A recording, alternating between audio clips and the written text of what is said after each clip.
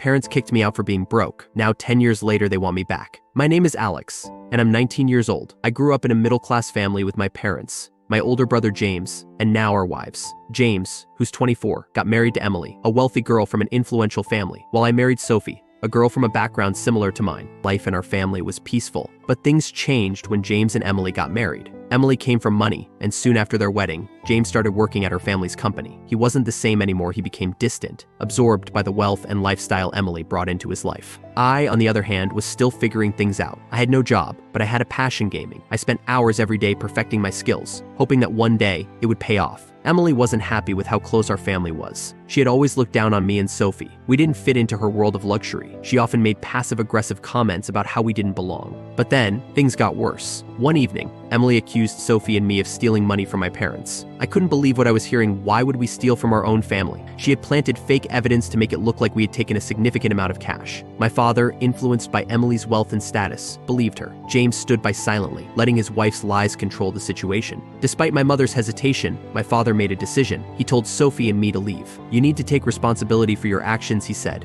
his voice filled with disappointment. "You can't live here anymore." James remained quiet. I felt betrayed by my own brother. With nowhere to go, Sophie and I moved into a small apartment. The first few weeks were the hardest. I felt like a failure. My passion for gaming felt pointless, and I didn't know how to provide for us. But Sophie, ever supportive, encouraged me to focus on what I was good at. So I did. I started streaming my games online, building a small but loyal audience. My skills were improving, and over time, more people began to notice. Soon, I started entering gaming tournaments. The money was small at first, but it was enough to give me hope. Sophie kept pushing me to keep going, and eventually, I won my first major tournament. It was a breakthrough both emotionally and financially. I began making a name for myself in the gaming world. My streams gained traction, and I started earning money through sponsorships and competitions. The more success I found, the more I realized that I had a future doing something I loved. While my career took off, things at my parents' house were falling apart. Emily's controlling behavior became more evident, and soon, my father started seeing through her lies. One day, he overheard Emily on the phone with a friend, bragging about how she had manipulated the situation to get rid of Sophie and me. She admitted that she had planted the evidence and fabricated the story about the money because she didn't want us around. When my father confronted James,